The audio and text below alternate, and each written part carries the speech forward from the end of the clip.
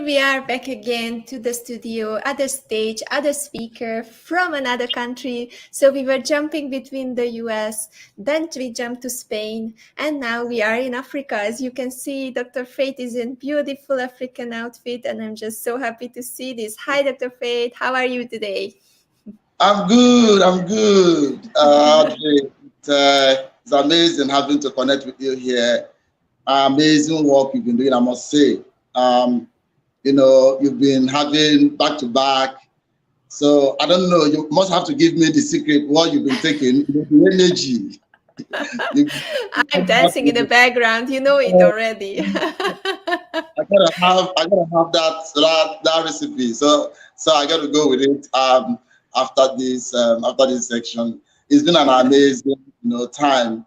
I've been coming around, checking what's happening as you have, back-to-back guests, amazing people doing awesome work in their various space. And I'm happy to be part of this conversation, to also add my voice in these beautiful things that is already ongoing. Thank you so much for having me.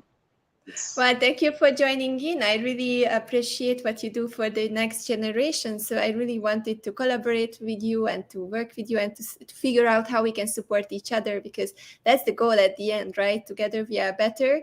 And I would like the audience a little bit get to know you more, because maybe they know you from LinkedIn, maybe they don't, but they have to know all the amazing things that you are doing for the youth in Africa, and you are working so hard. So same goes to you. I also don't know how you do it. So please tell us a little bit about who you are, what is your focus, and what are your plans? A bit of warming up for the speech. Thank you so much, Audrey, for trying to take me back to the memory line. Of course, my name is Faith Nwabia, and I'm a Nigerian. And by Nigerian, that means I'm an African from the western part of Africa.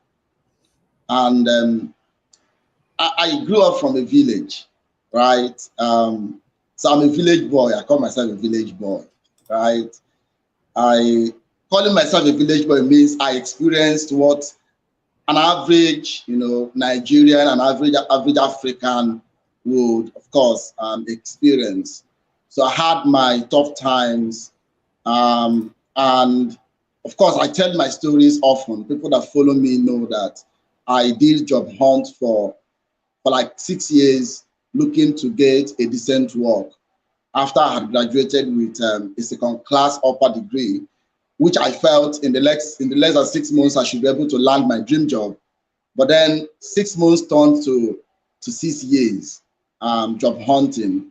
So that experience armed me and gave me a concern that this wasn't just happening to me, it was happening to hundreds, thousands, and millions of other African youth. And when I finally got a chance with one commercial bank here in Nigeria, I went in there, but I wasn't relaxed. So I was already challenged with my experience. And I started researching around causes of unemployment, underemployment, and why would people graduate from the university and will not be able to get a job? So that was something that constantly gave me concern. I researched around that, and then I started finding answers. So looking at various advanced countries, I looked at Australia, I looked at Germany, I also looked at Canada, and I was trying to ask questions around how are they managing their own issues regarding youth unemployment. So I discovered a pattern, and that pattern was similar across these advanced countries. And that was the fact that young people were given opportunities to have what we call on-the-job training, which comes in form of internship and apprenticeship.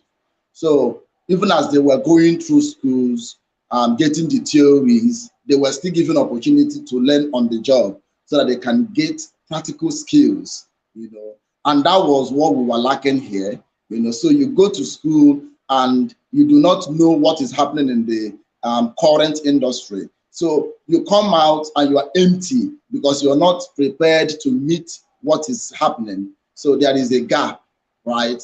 and that is what we call skill gap, right? So I started attacking it. It gave me a concern, and I started putting 1, 2 things together. How do I go about handling it within my own space? So that was when I launched Youth of Global in 2020, March precisely. It started with a WhatsApp group of 7 people, 7 young people that I brought together. I said, guys, this is a time to start thinking of best ways to fix issues of skill gap. And what are those skills that are opening up? So you now discover that the Industry 4.0, which is the fourth industrial revolution, brought new set of skill sets. And those skill sets, you know, were not the kind of skills that our schools were training our young people, you know, arming them with. So I was now beginning to come into filling that gap. I was already getting a community on LinkedIn. So I started reaching out to some persons. I said, I have these young people that you could come and mentor, talk to, you know, within your own skill set, and then you'll be able to help them. And they started coming up. I started doing webinars week on week, and then they started coming around. And then I started seeing that young people were getting, you know, up with these skills.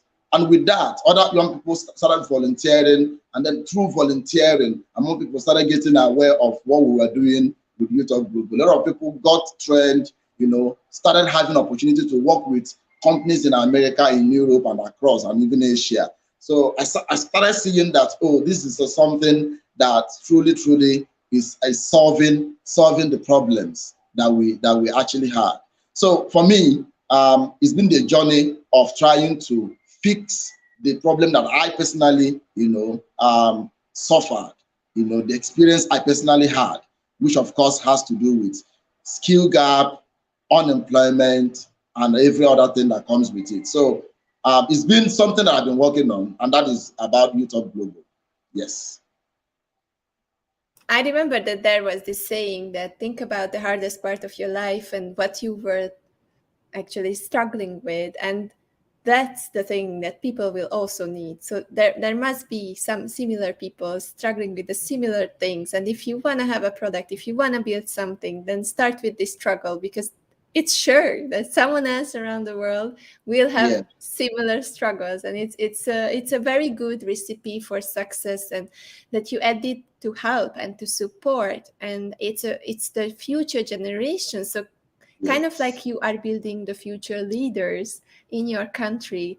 And it's also, it has so many ripple effects. I just see this in like bulks, like coming up this upward moving cycle. And then I see, all right, now he's training them. Now he's giving them employment. Now they get the experience. And later they can lead the country. And the country will develop. And then you can go and do global communities and ecosystems. And no, there is no limit today. So I'm so amazed by what you do. And kudos to you for doing it. Definitely. Thank you so much. I'm talking about the fact that there is no end to what we are doing. Truly, in fact, there's something that we are now fighting here in this part of the world. We've coined it as, it's called Zsapka. Zsapka means mass exodus of people, or mass migration of people to other advanced countries in order to look for greener pastures. So that's another problem that Africa is faced with. And that's why our conversation would be on around, you know, how we could support the human capital of Africa in terms of building the human capital of Africa, human capital development in the area of skill gaps and youth unemployment. So if you find out that a lot of young people, as I speak with you, die, you know, across the Mediterranean Sea, trying to cross over to the Europe from Africa. This is a problem. Why are they crossing? It's because they've not been able to get opportunities where they are. And they are looking for ways, you know, to get out of where they found themselves. And some take through desert, you know, some take through so many bad, you know, get through so many bad experiences just to cross over. So for the work we are doing across Youth of Global and across all our subsidiaries here, like Utopia that we're about launching soon, it's all about how we could solve this problem. And bring those opportunities that these young people are running away for, bring them closer to them, and give them a sense of belonging that says, instead of dying across the Mediterranean Sea, you can sit in that your village and get equipped. You can sit in that your house and get equipped and tap into the opportunities that the global economy provides. That you really do not need to struggle all through to travel to any other part of the world. If you want to travel, of course, traveling will always be there, but it's not that you're traveling because it is the last resort, all right? You're traveling because you really want to have the experience. But if you're traveling because you want to survive, that's a different ball game. So you need to survive from wherever you are. That is the essence of digital economy. That is the essence of the global economy, trying to open opportunities for everybody. Wherever they are, you can tap into the global opportunities. So that is what we are building. That's what we are doing, with YouTube Global and other subsidiaries that we are developing, trying to empower young people, trying to develop a program, that will help them to tap into the opportunities. For instance, the Global Empowerment Hub, you've got a whole lot of partners you work with across the globe. Now, working with YouTube Global, you come up with a program and a project, and then get towards having perhaps you want to skill up on digital marketing, or you want to skill up on, say, UX UI, product design.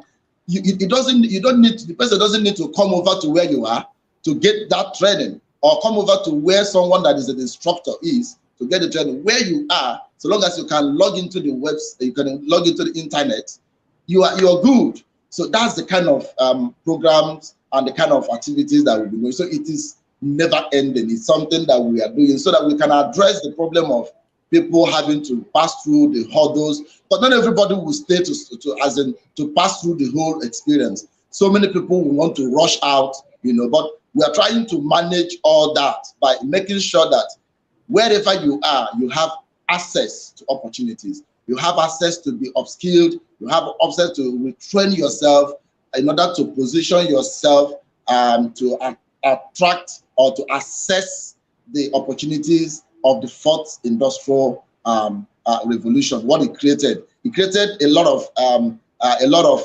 mismatch. So if you do not have that necessary relevant skills, you will miss out in the opportunities that it provides. So definitely something that we'll keep working on, we'll keep building.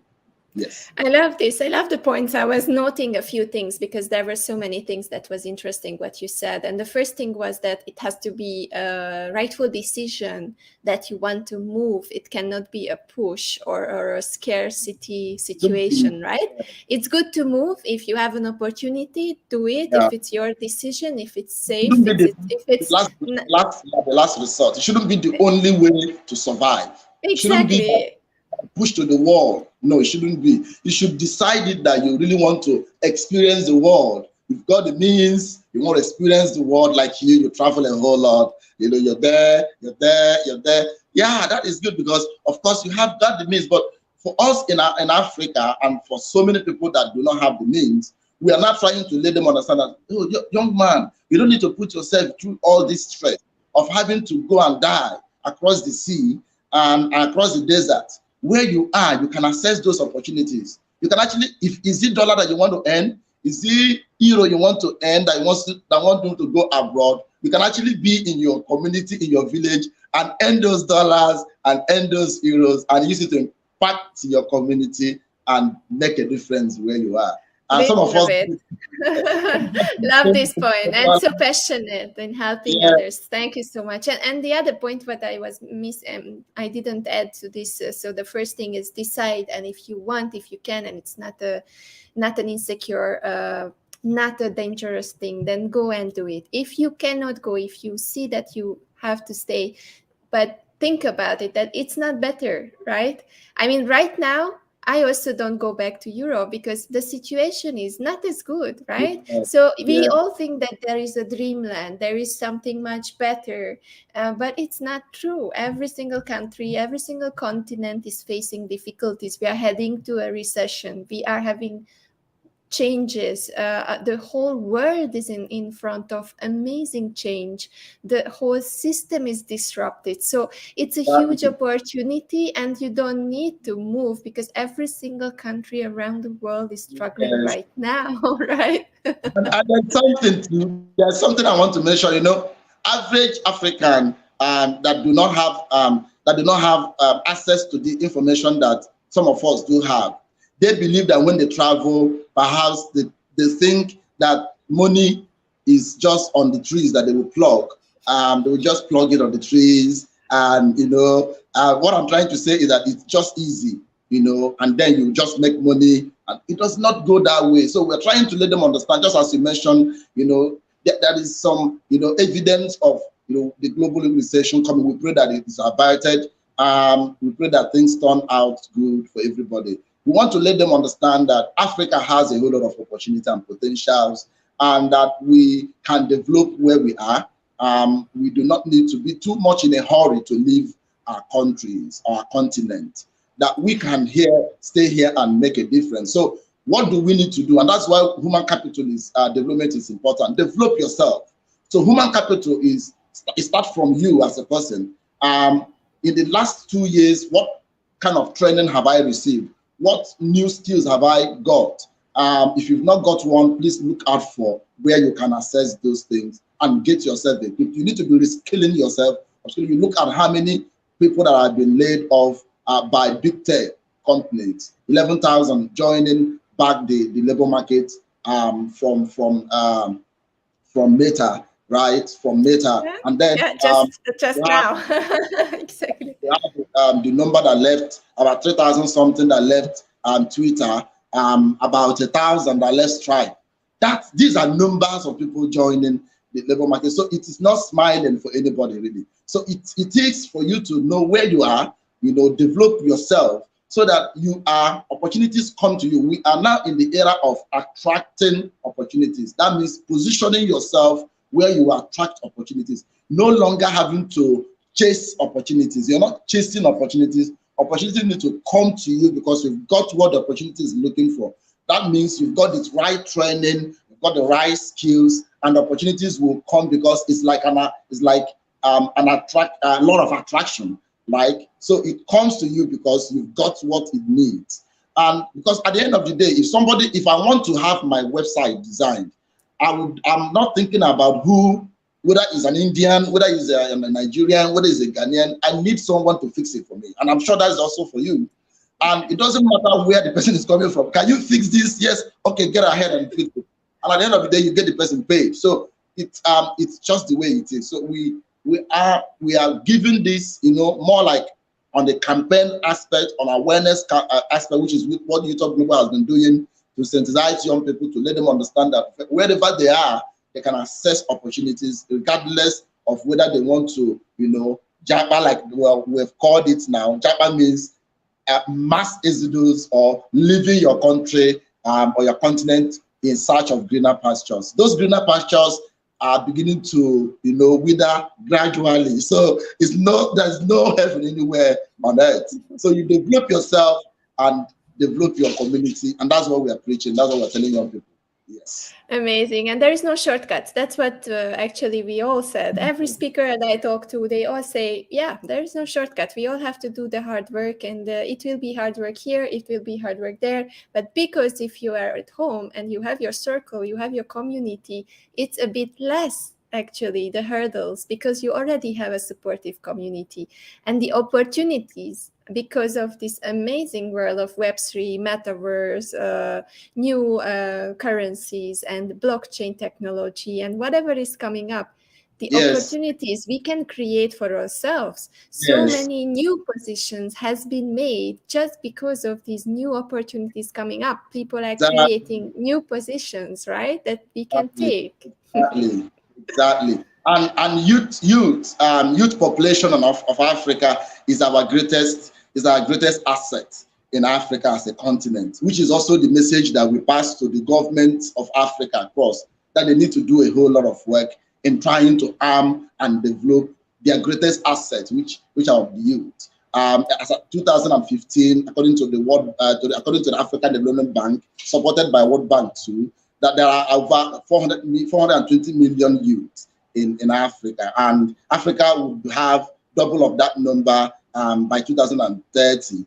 And what that means is that, of course, today we are the youngest continent, and of course, Europe and America, it's not their fault, but they are experiencing what we call aging population. And Africa has a whole lot of opportunity to supply, to come in to fill in that gap, so long as we are able to. And a whole lot of companies are turning their eye to the African continent, employing our people, engaging our people. So why would you want to? Why would you want to put yourself in such experience and pressures to pass through all those hurdles when those opportunities are even coming to you? All you just need to do is to arm yourself, train yourself, equip yourself, develop yourself, and get involved, in a community. Have a community, join communities like Youth of Global, like the Global Empowerment Hubs, have access to their programs, participate in what they do, and tap into the opportunities that the global economy provides.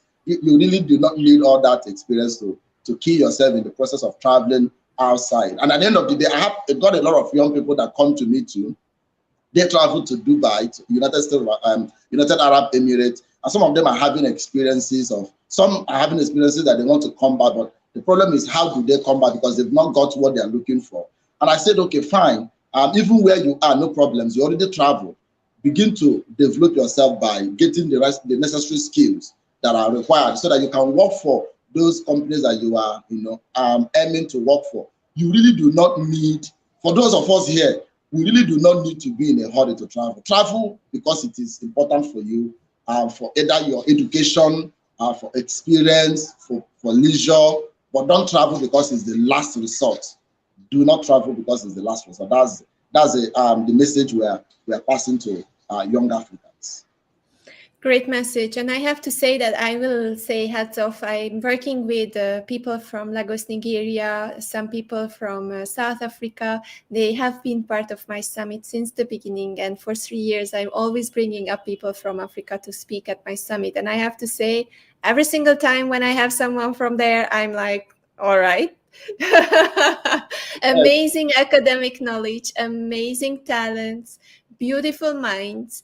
So I'm just like, yes, you will be the next continent to grow, to shine, if you can tap on this diversity, on this value. It's already here. Africa is the next big thing, and the rise of Africa is the rise of the world. I'm proud to talk about it anytime, any day. Until Africa rises, that is just what all of us are waiting for, because it's something that has to happen. We've got the potentials, human capital. We've got it. All we need to do is to develop that human capital. We've got an arable land for agriculture, vast across, and very nice in terms of every other thing that you need in terms of output. And these young people can be, deployed into agriculture, and have a whole lot of the value chain that agriculture provides. And we also need to pay attention to our informal sector. If you are a policy person, if you're a policy analyst that was going to that is working with World Bank, I would have told you something. Or if you are working with UN, I would have told you something. I will also mention it. I don't know who would come through this recording. But what I'm trying to say is that we need a lot of work in the area of supporting African youth. A lot of them are frustrated. That's why they take those paths or those routes. Not everybody has the same level of, temperament in terms of managing themselves. Not everybody has that level to manage their pressures or frustration. A lot of people do not have very short patience.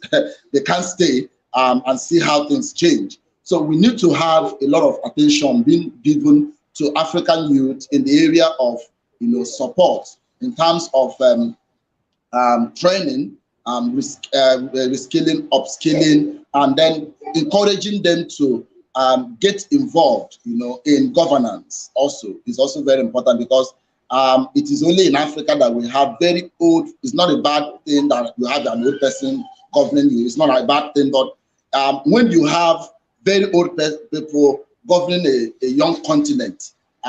It's a problem because it's a young continent. It's the youngest continent.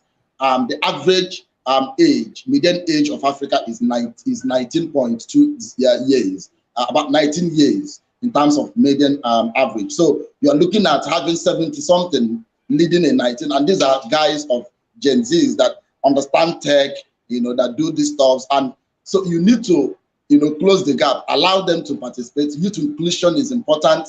You develop them, you allow them to come to the center stage and, participate in government, and also have their voices heard.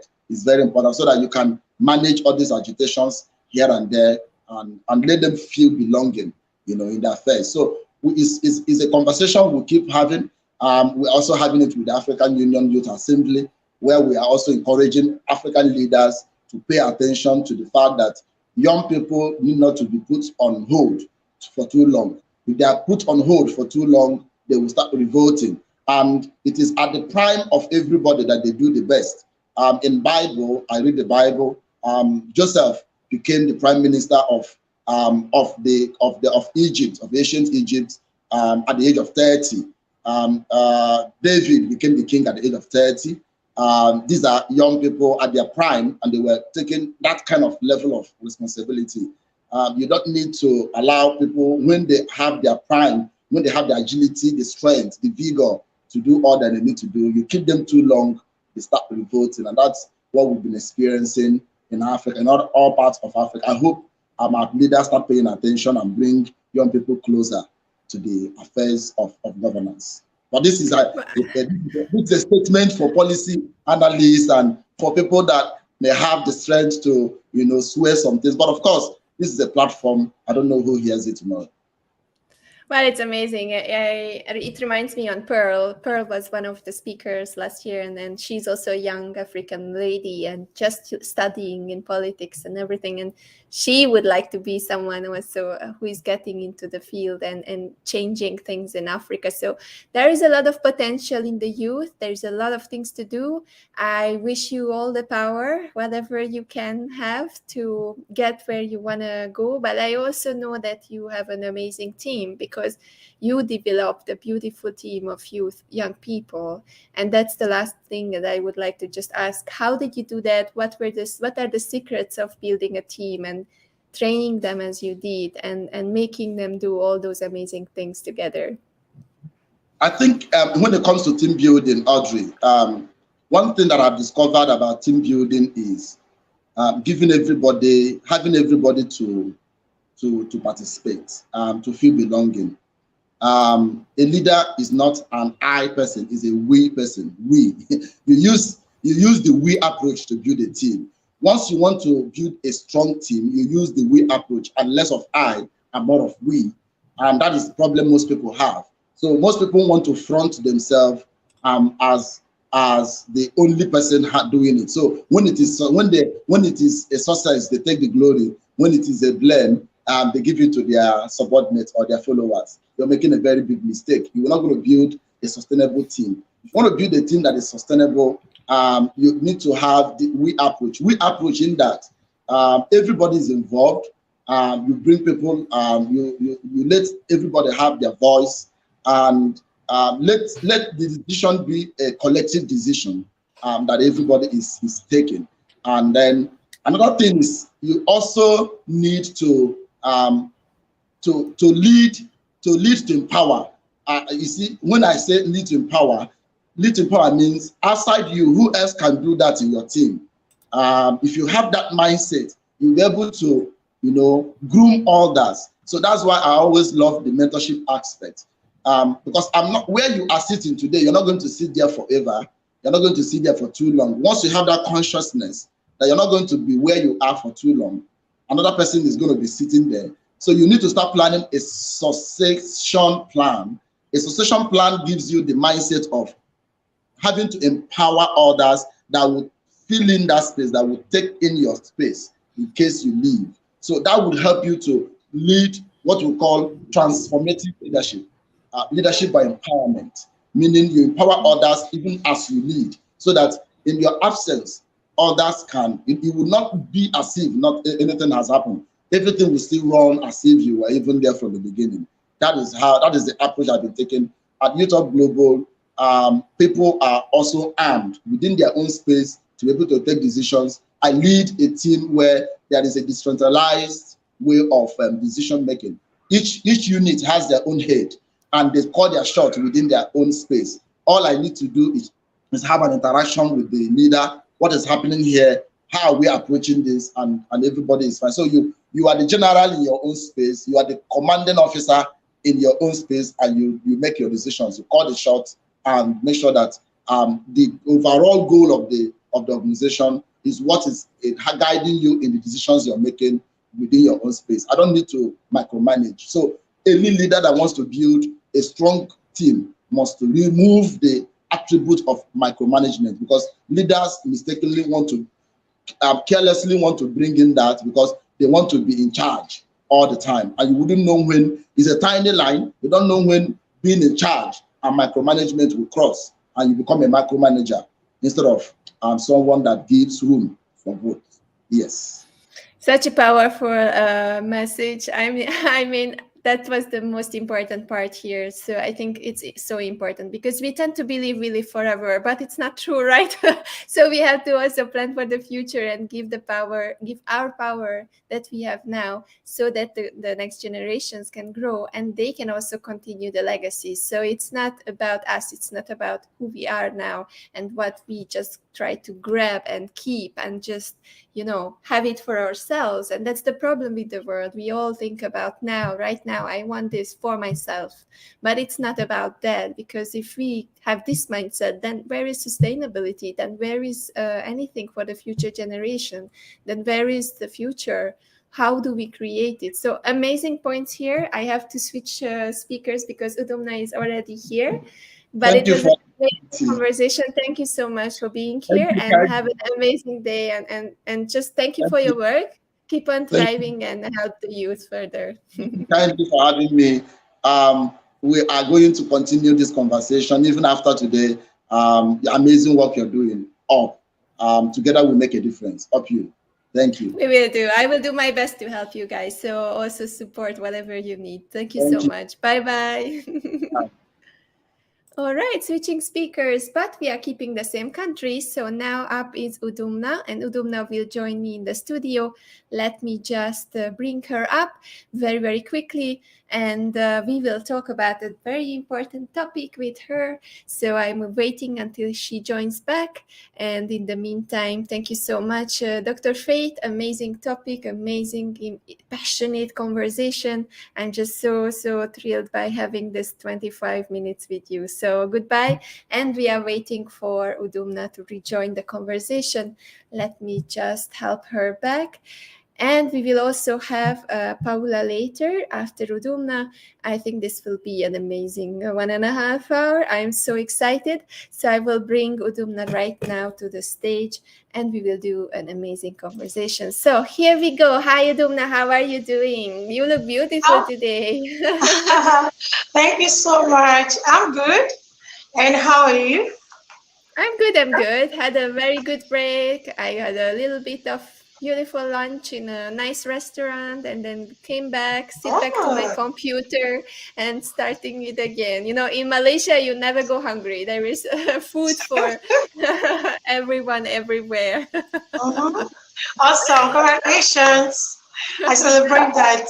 Congrats. Yeah, it's good that I had a little bit of break, and now we are back after this conversation with Dr. Faith, and here we are talking about a different topic with you, which is about resilience, and it's about something different. But before we start, just introduce yourself a little bit. Tell us a little bit about yourself and what you do right now. All right, thank you so much, Andrea, for having me. I'm so excited I'm here. And I am Udunma Ikoro. I'm the lead creative director of Communicate Resource Hub. I'm fully into communication and publishing. So I help top leaders, individuals, and also employed persons for them to, that's experts, for them to put their message, their experience, their thoughts and knowledge into that legacy, which is a book, and that could actually also be a digital product like an online course, and this helps them for them to get to reach their target audience, build influence, and also make profit. I run an NGO as well for women where I teach them how to live an intentional life to manifest their greatness. Yeah, so that's a little bit about me. And you have a lot of fans here. I remember when you were teaching us the Impact Hubbers about ebook creation, and here you go, Jagat is here greeting you because she has to decide. And ever since you had that session, she already wrote like 3 or 4 ebooks, and she's publishing it everywhere. Wow, that's beautiful! Wow, I'm so happy to hear this. Yes, you have been the igniter for her journey of ebook writing, so I'm so thankful for you. Thank you.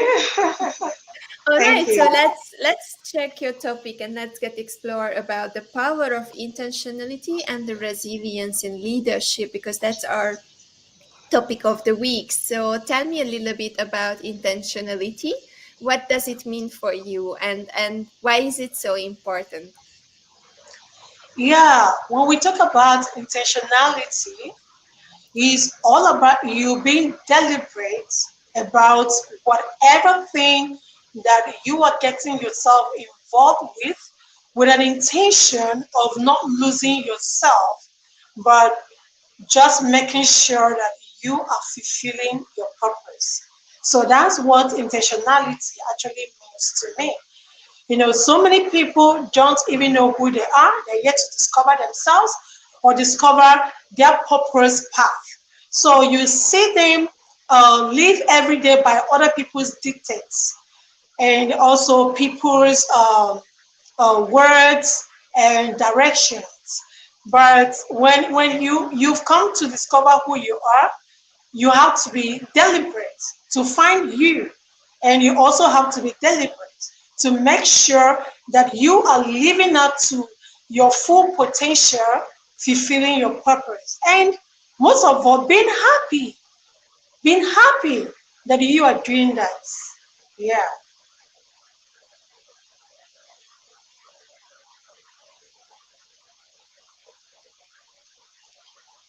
I've lost you. Oh yes, sorry. So I love this that you say so many things with so much passion about intentionality and about building yourself and about showing up and building your purpose. That's so important. So Yeah. I'm also would like to talk about the resilience part, which is another thing, like how to build your resilience. What are the things that people can do to have a bigger resilience, a big resource that they can reach out to? Yeah, when you look at resilience, you can see that it is the stamina, the ability for you to keep standing, for you to remain focused despite what comes around or happens even within.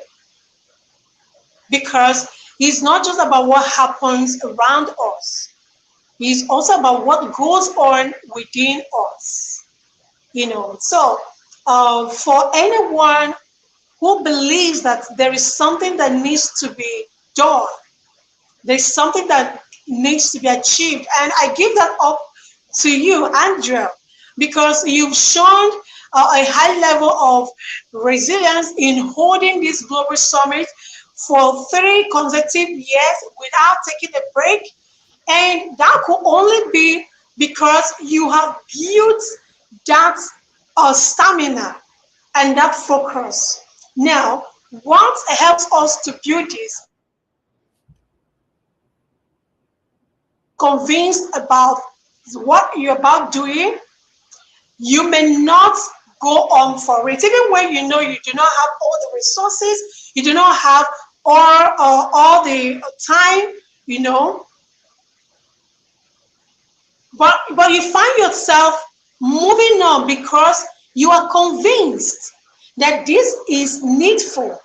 You are convinced that this is what should be done right now. So there is that conviction part. You must be convinced for you to build the resilience. And aside from that, you also have to define your why. You know, even though I'm convinced that I should hold my upcoming cancer awareness program and screening for women, but I also need to define my why. Why do I want to do it?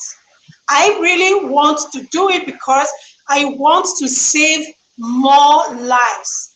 I want to help people get aware of things that out of ignorance, they get destroyed, because ignorance is not an excuse. Someone saying, I'm not aware that there's going to be a hurricane in my environment will not spare you from being hit by the hurricane.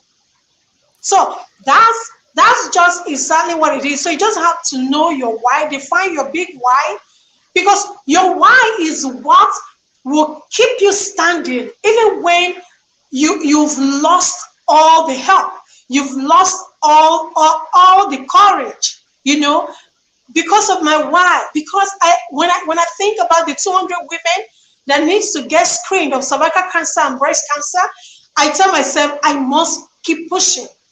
No sponsor, but I have to find a way to raise the fund. No partner, I just have to keep talking about it. Someone one day will say, let me join this. So that is the second thing. Another thing that will help you to build resilience is for you to be that person that has that I can spirit. I can. Until you tell yourself I can, you will never get it done. It starts with you. For me to believe in your dream, I must see that you can. You must have told yourself, I can do this. I can change 50 lives. I can change 200 lives. I can get other people to be a part of this, to make this a reality. I can. So if that I can spirit is not there, when people start telling you this is not possible, you will chicken it.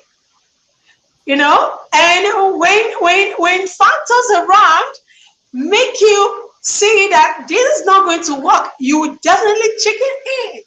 You give up.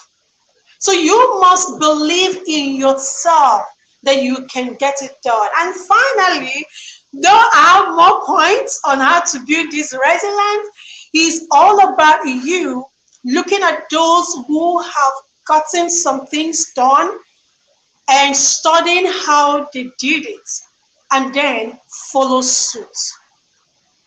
If someone has done it, even if not the same way and not in that field, but someone got something big or huge done, I believe that I could get it done. So what do? I have to find out from the person, how were you able to get this done? How were you able to get all these speakers, even though you don't know them, Andrea?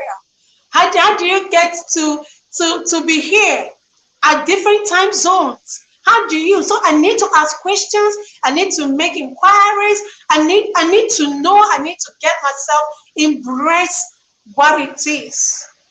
And finally, I would say you have to be true to yourself. Be true to yourself to build resilience. Recognize that you have your weaknesses. Don't overlook them. Remember that you are not perfect. You are only working towards perfection. You're only working towards getting something done in an excellent way. So remember that there is that weakness that could affect that thing. So in that way, you wake up and tell yourself, I need help. I need someone to help me, you know. So I think I will just pause it there on how to build resilience, you know, to get things done. Thank you.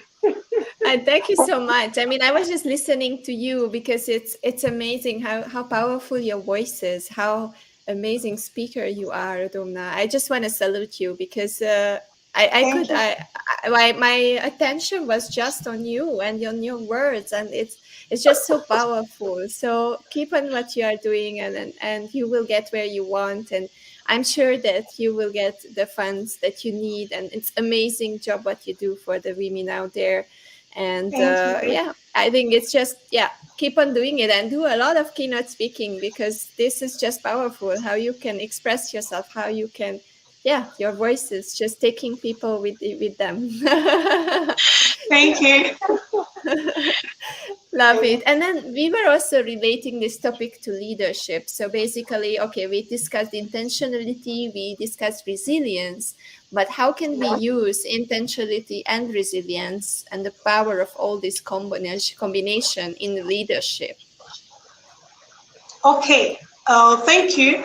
You know, the thing there is, as a leader, okay, a leader, I define a leader as a guardian and an influencer, because you are guiding people toward achieving a goal and a vision, and the same way you are influencing them to become a better part of them. So how you can actually bring in intentionality into your leadership or journey, and taking it up as a skill that will help you, is you as an individual must be intentional in getting better on daily basis.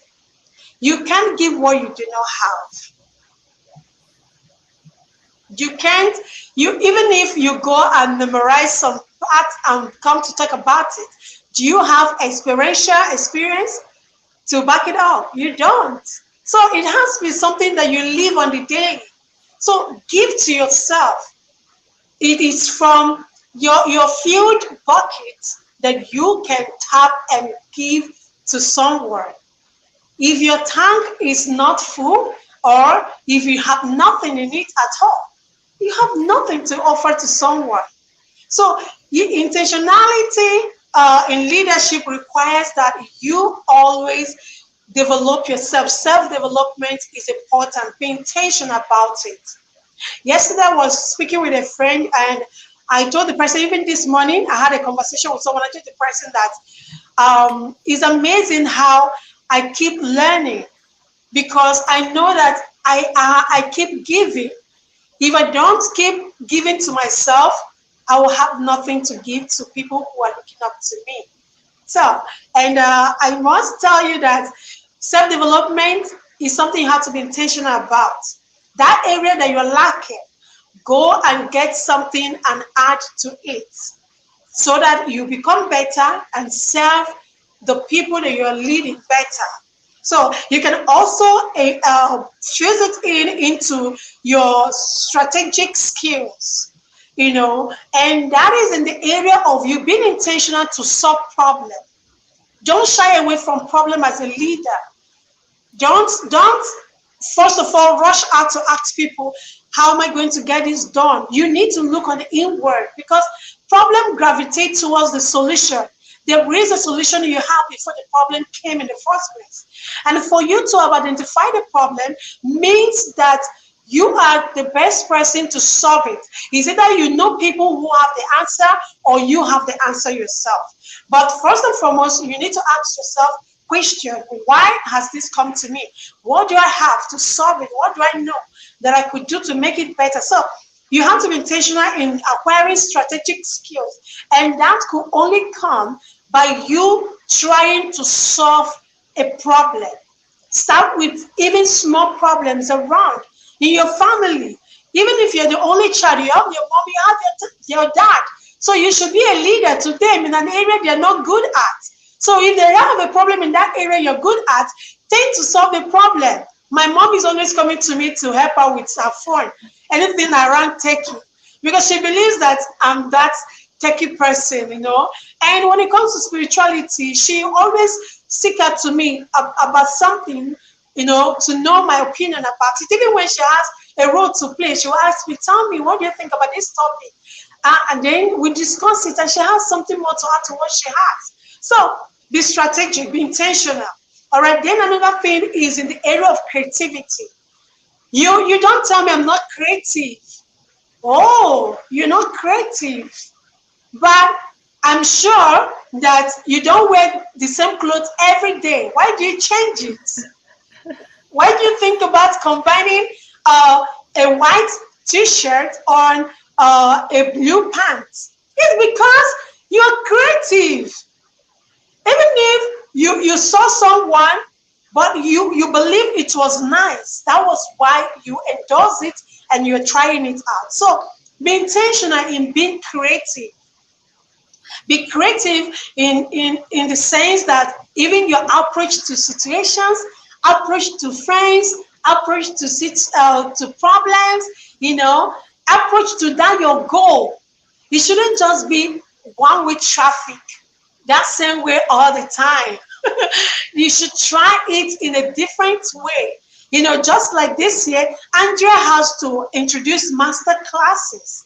And we had mental phase session. It is all about creativity, to spice up your life, to spice up your leadership, to spice up the life of the people following you. Be creative. Then another thing is in the area of professional ethics. You have to be intentional. You have to be intentional to see to it that you bring in those things that help people stay on track. Because if you don't bring in the professional ethics, you find out that you might go overboard doing some things, or you might lash out anger unnecessarily on your followers when you shouldn't. So you have to be intentional to develop the self-control, to have what helps you to play around that particular community or a certain work you're doing. There's some things you can say to people, even though they're free with you.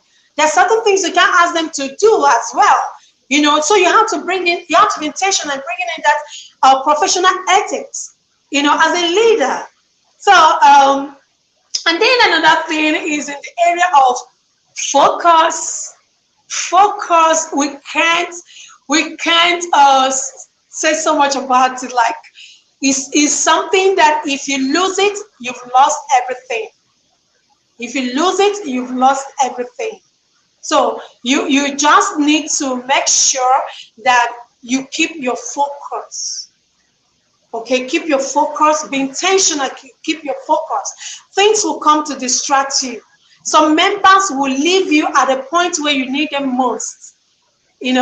Just keep the focus. Don't say, oh, I can't continue because this one I so trusted, this one I depend so much on, so, but you just have to know that I am in this. I'm the only one that's needed to get this done. If you tell yourself that, that will help you to get results and remain focused. All right, so I think that's where I'll put a pause on that. Yes, I think it's amazing. So much knowledge here and so much passion, and how you talk about leadership, how you talk about how it's all coming together, the intentionality, the resilience. And I think it was an amazing interview. We are coming to the end of it. So as a last question, I will just ask you before I bring up Paula to the stage, where can we reach out to you? Where can people find you? And what is your focus right now? Who you are helping? Thank you so much. I could be found on Instagram, the same as my name, Udunma Ikoro. You can also send me an email, still with the same name, udumaikoro@gmail.com. And right now, the focus is majorly on two things, the same I explained earlier. One is I want to help more people to build a legacy by writing that book. There is a book in everyone, even if it's your autograph, your autobiography, or your memoir, So there is a book in you. There's something you need to share. There's something you need to document to help another person who is going to follow that path. And I'm all about helping women at this period. I really want to help 200 women to get screened of cervical cancer and breast cancer. and also to receive a free Creole therapy, to help those who are fine with this malignant cancer or malignant cell. Because the issue is I lost 2 loved ones this year to cancer, and in 2020 I also lost another loved one to Zsapka cancer. So, and currently I have a friend who is at the danger of losing her life to breast cancer. So I'm so passionate about it that I don't want anyone to just relax without finding out if they have this cancer and also getting help in time. So those are the 2 focus, all around women and all around helping you write the book, publish it on Amazon, and get to build influence, profit, and also helping other people. Thank you. Thank you so much, Udunma, for traveling here and meeting here in the Ether. Me from Malaysia, you from Africa. Was an amazing 25 minutes together. I wish you a beautiful day and a lot of success. And please, guys, if you would like to reach out to Udunma, she's an amazing, inspiring woman. So keep on doing what you do. And thank you so much, Udunma. Thank you. Thanks for having me. Bye. Goodbye. Thank you so much. All right, so here we are. This was again an amazing, inspiring talk with Udunma, and in the studio I already have Paula with us. So until she's getting ready, I'm just telling you what's coming up next. So first we will have a little break from 6 until 8 p.m. and then we have for 2 days 3 more interviews. So we have Victor Akinode, who will talk about how to deal with dips in any business. Then we will have my fellow Hungarian Balázs talking about the Swiss knife of project management, so important skills for leaders. And then we have something which is pointing already to the next week about rare earth metals and how are they linked to sustainability. So interesting topics, a lot of things coming up. And then at 9 o'clock we will close the day for today, and we will come back tomorrow around I think 12 p.m. in Malaysia time, and we will be here until late night because we have a quiz night, a networking night when we will play and have fun and learn together. So I have Paula here. I will bring her up to the stage and we will have another 30 minutes together before we go on a break.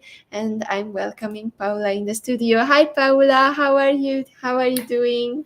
Hi, Andrea. I'm very well, thanks. And you? It's so awesome to be here with you today. Thank you for joining. I mean, it has been a very adventurous journey this weekend with all the speakers and having a lot of changes, but I'm so thrilled to have all of you here, and I'm enjoying so much these conversations, learning so much from all of you and providing so much value. So Paula, before we tap into the topic that you have, I think the most important thing would be to introduce you a little bit. So tell us a little bit about yourself. Where are you tuning in from? Today we are jumping continents. We were in Africa, we were in Spain, we were all over the world today with the help of the internet. So tell us a little bit more about yourself. Well, we're still in Africa, so I'm in Johannesburg in South Africa. So it seems like Africa is the continent on display today. I am the CEO of Engaged Humans, and we facilitate connection. So in the workplace, it's around employee engagement, around psychological safety, and a very sort of close topic to my heart, which is GBV, gender-based violence and sexual harassment, as being an activist for that and for mental health and well-being.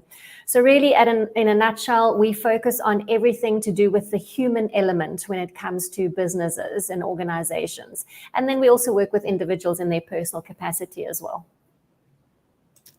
Amazing. I think I just can grasp like so many things.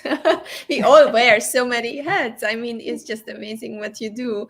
And I heard also about diversity and about the fight that you put up, and you are also activist, that you are showing up for others, and kudos for you. I know it's a hard work, but I know that it's also empowering because we are helping other people to also, you know, have their own peace and freedom. So I really, really love what you do. Let's tap into your profession first, and then we will talk also about other topics. But you choose this title, Middle Manager, Ham in the Sandwich, and it's so interesting. We're talking about the difference between leadership and management this weekend with some of the speakers, and we figured out that, okay, managers have kind of like a different role, but I don't know whether you will challenge this saying, and what's your take on this? Tell us a little bit about your title. So, what we're seeing at the moment with the organizations that we're working with, especially around leadership development, the middle managers are feeling the pressure from above, because a lot of organizations are wanting people back into the workplace, after COVID, and getting people back, whether it's through hybrid working models or some even insisting on being full-time back in the office. So there's a lot of pressure from above to get people back into the office, but at the same time, there's a lot of resistance from the bottom upwards towards middle managers around not wanting to come back into the office, especially full-time. I think we've all had a taste of the flexibility of working from home or remote working or hybrid working. And people have experienced that, and a lot of them are pushing back as to why do we have to go back into the office full-time when for the last 2 years we've coped, we've managed, we've delivered, and we actually enjoy and like the fact that we have a bit of quality of life and that we have that balance between our personal environment and our personal lives as well as the workplace. So it's a good point here that, okay, we have been at home. It has been proven that we can work from home. It has been proven that for some people, it's really something that they love to do.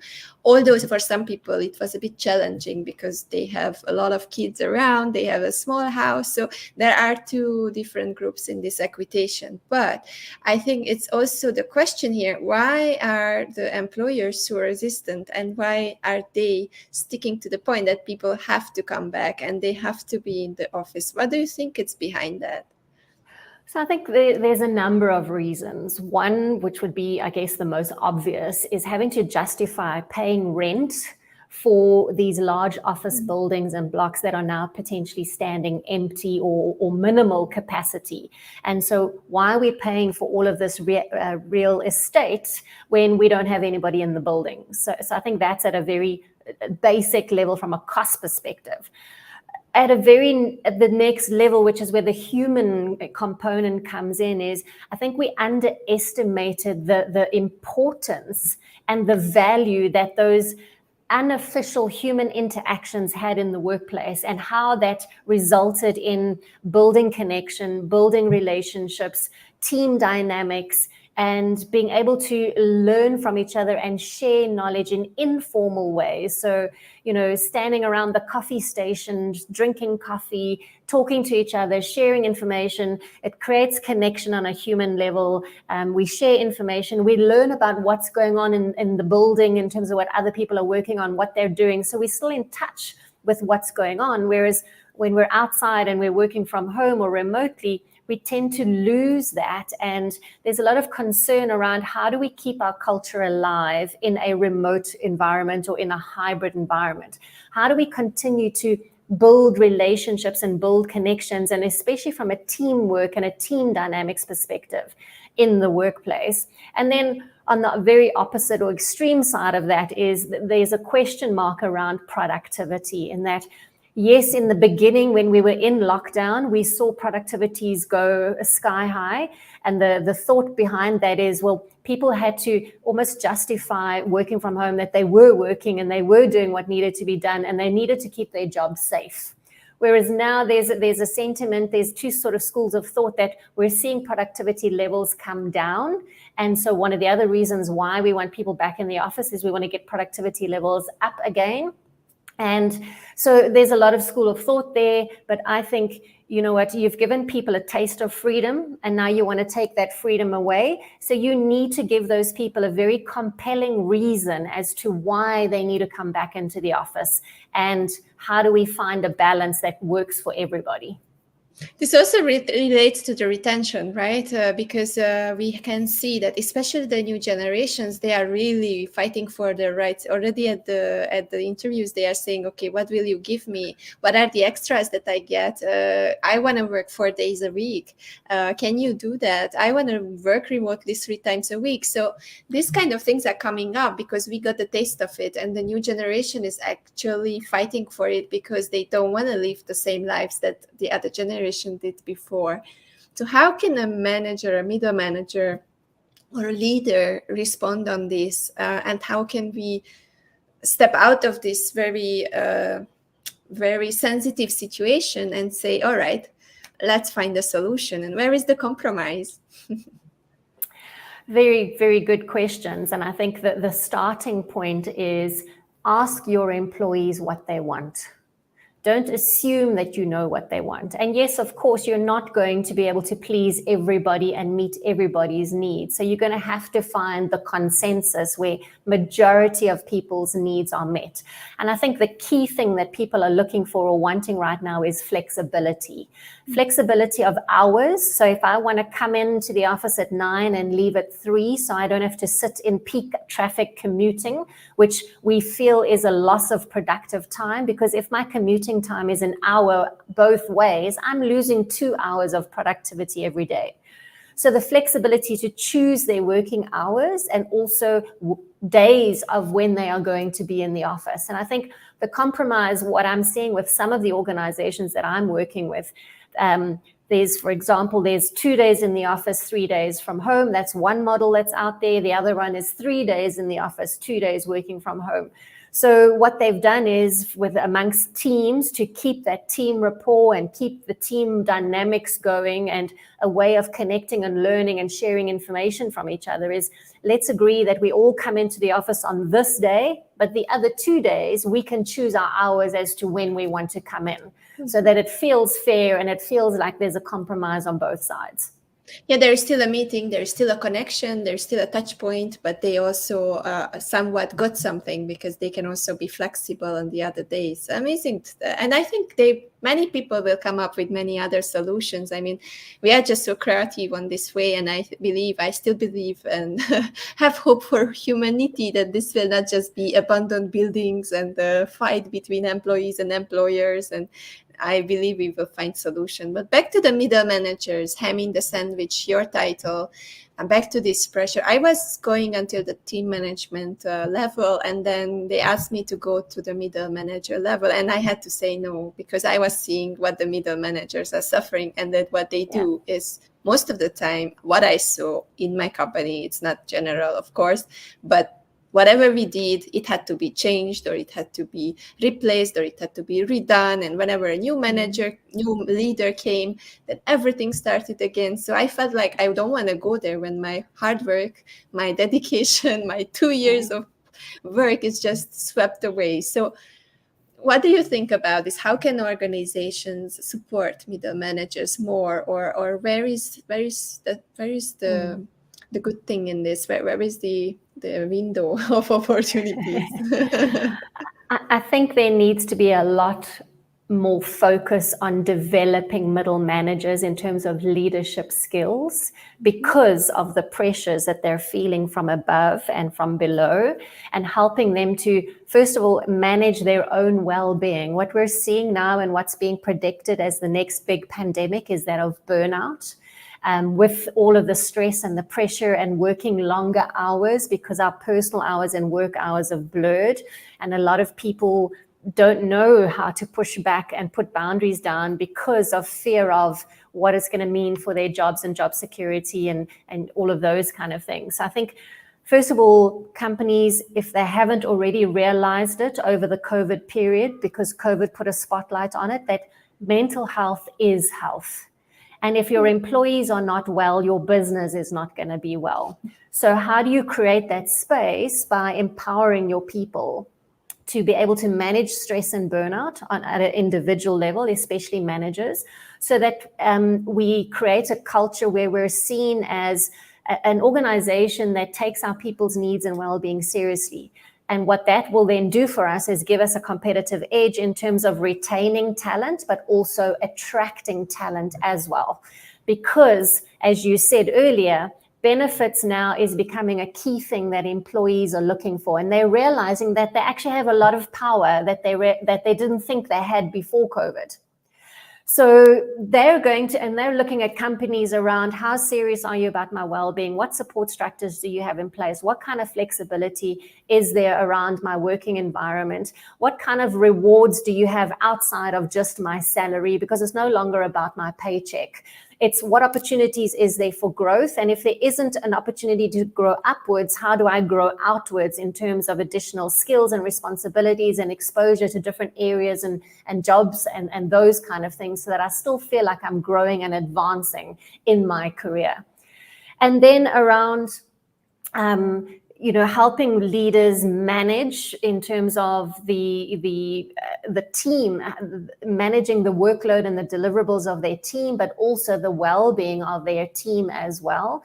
And this is where it needs to be built into your organization in terms of your values and your cultures and every touch point, to show that you're serious about this, that it's not just a tick the box exercise, because people will very quickly see if you're just doing lip service and ticking the box, or if you really are walking the talk. And that's what is going to build authenticity and trust and belief and buy-in to you and your organization and your strategy going forward.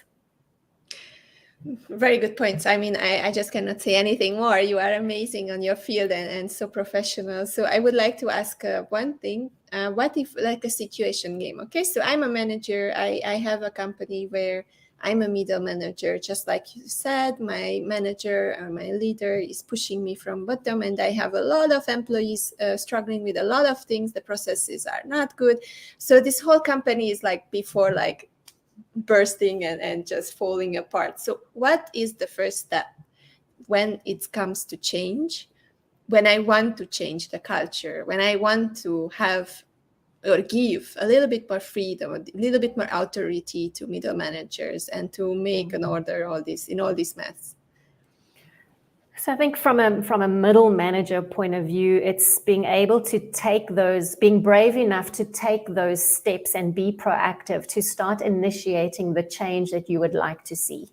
And how can you collaborate with your peers so that the more voices that are talking the same language or the same message upwards, that leadership needs to start taking notice of the needs of the people in the business.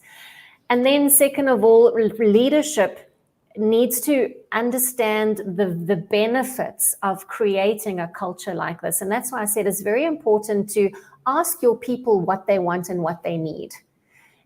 Because your people are on the ground. They know what's happening probably better than what you do at a senior level. And I say that respectfully. So go down to their level, ask them, what do you want? What do you need? What is working? What is not working? What can we do better? What can we do differently? And have some of those courageous conversations. And be open as leadership, senior leadership, be open to hearing the messages and what's coming back and the information, and be willing to do something about it, because that's what's going to buy you trust, is the action and the follow through.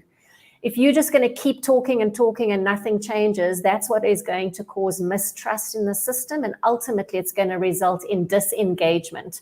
And when your employees are disengaged, you're not getting the best value out of your employees, and your organization is going to suffer as a result as well.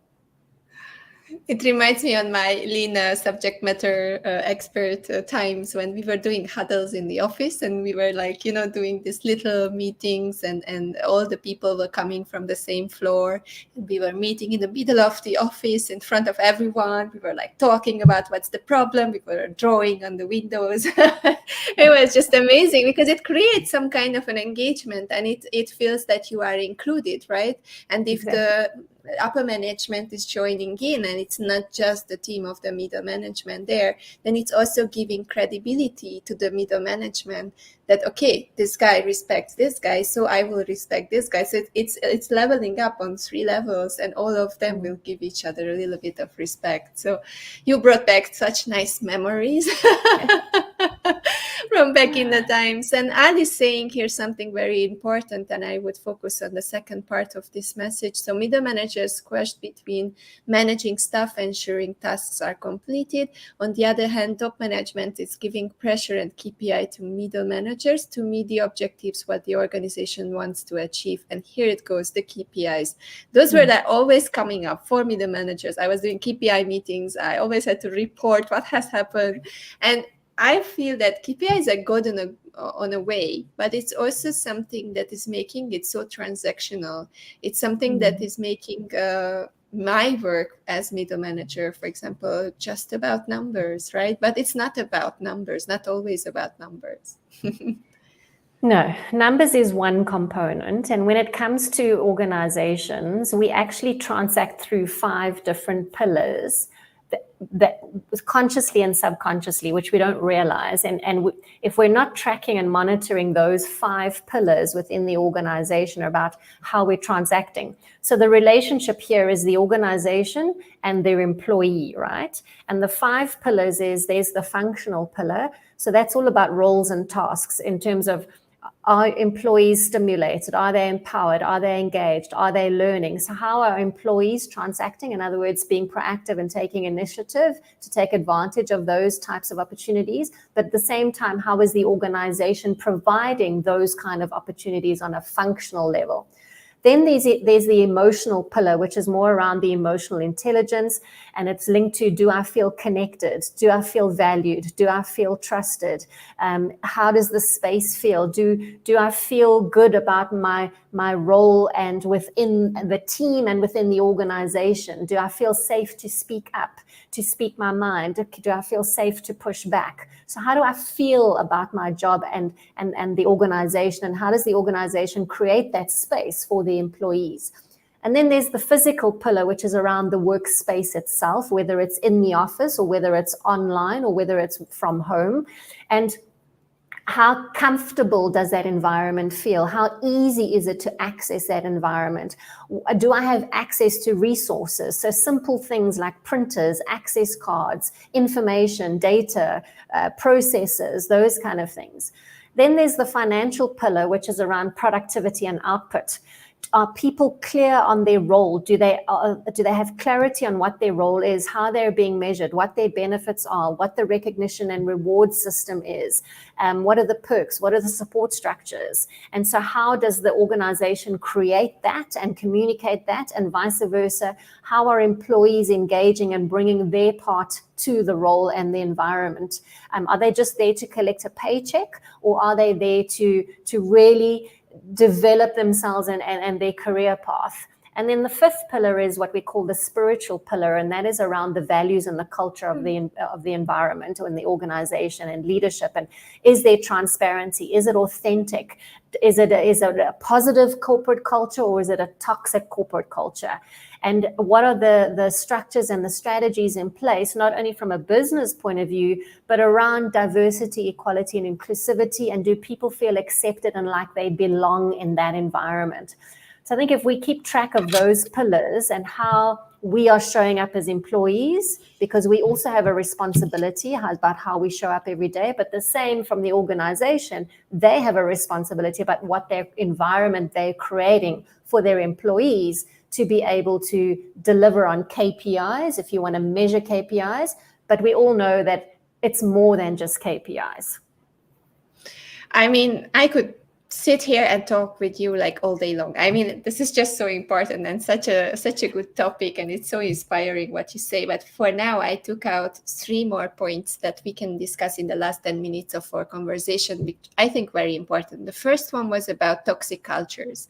Like when you have a toxic culture, it's really hard. It's a tough nut to crack, right? Because first you have to realize that it's going on, something is going on.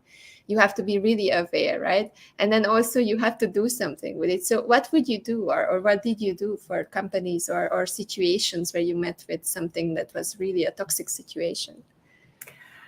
So this is where it rests solely at the feet of leadership, because leadership creates the culture of the organization, and employees will mimic leadership behavior. whether it's positive or negative. So if there's a toxic culture and toxic environment, leadership needs to be willing to own up and say, yes, we have a problem, and what are we willing to do about it? And follow through on those actions to change the culture and the environment, and continuously close the feedback loop by communicating every step of the way. This is what we've done. This is what we've heard. This is how we're addressing it. This is how we're fixing it, because that is what creates transparency, right? And when there's transparency, we start shifting the culture, because people feel like their voices are important, their voices are being heard, and they're being taken along on the journey with leadership. It's not just a them and a us. It's we're in this journey together. And if necessary, bring in outside professionals that can help shift and shape that. But leadership has to be seen as participating, as being genuinely invested, and being willing to follow through on changes. That's when you start changing a toxic culture into a more positive, rewarding culture. Thank you so much. My second point is about being vulnerable and showing your side of your personal human side, being vulnerable, that we were talking about it a little bit with Carshall Watkins back yesterday. But I think it's so important that speaking up is not so easy for everyone. It's for some people it's just coming, okay, I will say, who knows, whatever happens, I will just talk. But some people are afraid to be vulnerable, even managers, even top managers, even employees, let it be any of the different tiers. So where does it start? How can we show our vulnerability, and how can we get better on this of speaking up for ourselves? So I think lead by example, because we've been conditioned to think that vulnerability is a weakness, right? And we don't talk about it. So I think leadership, lead by example, set the tone and pave the way for others. When you start sharing things about yourself, showing your human side, it creates the safe space for people to start doing the same thing.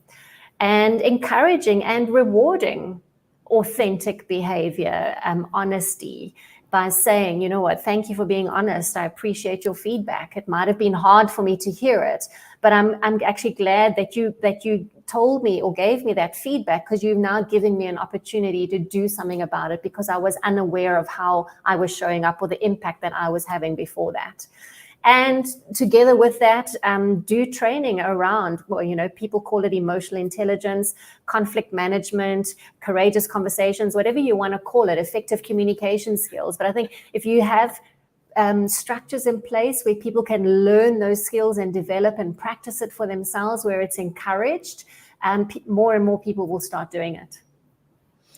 Thank you. And then the last point I think that will still fit today is about diversity and equity. I am a big believer and advocate for diversity and equity. One of the chapters of the hub is no labels. We empower anyone, no matter who they are. We just the first it was a women empowerment summit at hub when we started this 3 years ago. And I just dragged through the whole thing and after the first summit, because everyone was saying, like, why? Why do we exclude? Why don't we include? So we are for everyone. And I believe that's the way to live by, not by labels, but by people and personalities and humans in front of you. So what do you say to this? In this global world, we are literally maybe working with people that we never met, with cultures that we never experienced through the digital world. We are having put as managers on top of a different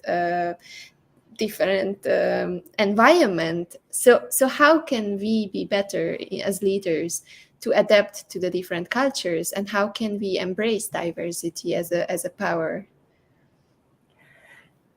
So I think, you've got to be very clear on what is your DEI strategy within your organization, because it links very closely to the culture that you are wanting to drive, which links very closely to your values, because values drives behavior. And if people are living your values, their behavior will be aligned to your values, and that will bring your culture alive, because you're living it every day. But at the same time, it also how are you bringing that through every single touch point, from your onboarding recruiting process to your day-to-day interactions, to your performance reviews, to your KPIs, to your strategies, whatever it might be. And you know, DEI started off in the beginning where it was more about gender, and in some places it was about race as well, where at the end of the day, it's around, the key thing is from a human nature point of view, and if we look at Maslow's hierarchy, our basic needs is we all want to feel accepted and we all want to feel like we belong. And when you create a safe space where, irrespective of what your age, race, gender, culture, beliefs, tradition is, irrespective of what those things are, but you're feeling heard, you're feeling acknowledged, you're feeling that your input is being valued and appreciated, you feel like you belong, and you feel like you are accepted for who you are and what you bring to the table in terms of your strengths and your skill sets, I think then you really are on a good wicket to implementing a very strong, robust DEI strategy and culture within the organization. But you have to walk the talk, and it starts with leadership. And then you also have to be able to hold people accountable for when they are not behaving in that way. Well, I have to say all my questions for today are answered. You were amazing. I am so happy to get to know you better. I'm always telling to the audience, I know the speakers a little bit. I have made my homework. I researched them before they came to the hub, but I'm always exploring these amazing people when we are talking, when we are experiencing each other for the first time. And I'm so happy, Paula, that you made the decision to come on board, and all this value is just amazing what you gave just in 30 minutes. I mean, leaders out there, middle managers, listen to this and you can fix your problems already. Just implement the things that Paula was saying. So before we leave, tell us a little bit more about where can people reach out to you and what is exactly the focus that you're working on now. So I am on all the digital platforms. So you can find me on LinkedIn, Facebook, Twitter, YouTube, and Instagram. So paulaquincy.com or engagedhumans.com. And what we're focusing on at the moment is we've been doing quite a lot of work around leadership in terms of psychological safety in the workplace, with people coming back into the workplace. And what's coming up now, and just because it's that time of the year, so the 25th of November to the 10th of December is the global 16 Days of Activism campaign, which is around abuse, removing abuse. Initially it was women and children, but we've realized over the years that abuse doesn't discriminate across class, gender, age, or culture. So we're doing quite a bit of work around the 16 Days of Activism campaigns that are coming up. So if you're looking for more information or insights on those two particular areas, please do reach out. We'd love to be able to partner with you or help you in your strategies. Thank you so much, Paula. It was really an enchanting session. Thank you so much, and have an amazing day. And I know that you are just like starting your day while we are finishing almost at 6 p.m. here in Malaysia. So yeah, wish you an amazing, successful day, and kudos to you for what you are doing. Keep on thriving. And thank you so much for being on board for the 3rd Global Empowerment Summit. Thank you. It was so awesome being here with you today and all the other presenters. Thank you, Paula. Bye-bye. Bye. Bye.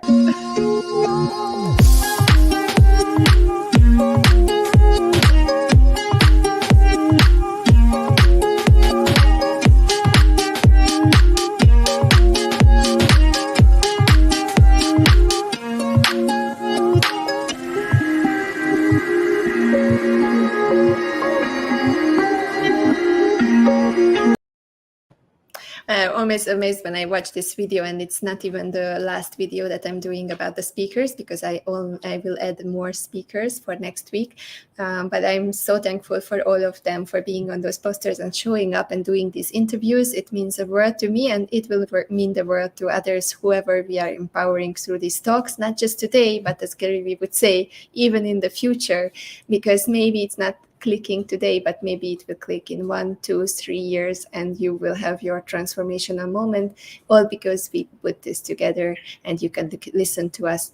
So thank you guys for this late afternoon sessions. And now we will have a little break. We will come back again. You can have a little break, walk out in the nature, and then come back around 8 o'clock for 3 more beautiful interviews. And then that will be for today. And tomorrow we will continue with more interviews and 2 masterclasses. If you want to join the masterclasses, we will have 2 very, very amazing masterclass tomorrow. One of them about leadership with Piero Martesic, and then we have a keynote speaking masterclass coming up in the afternoon. You can still upgrade on the website. All the contribution will go to the speakers. I just want to give them back something. So if you pay for what, you pay for the ticket, then it will go 100% to them. So guys, thank you so much for coming. And yeah, see you in 2 hours for 3 more beautiful interviews, and have a beautiful break. Bye guys.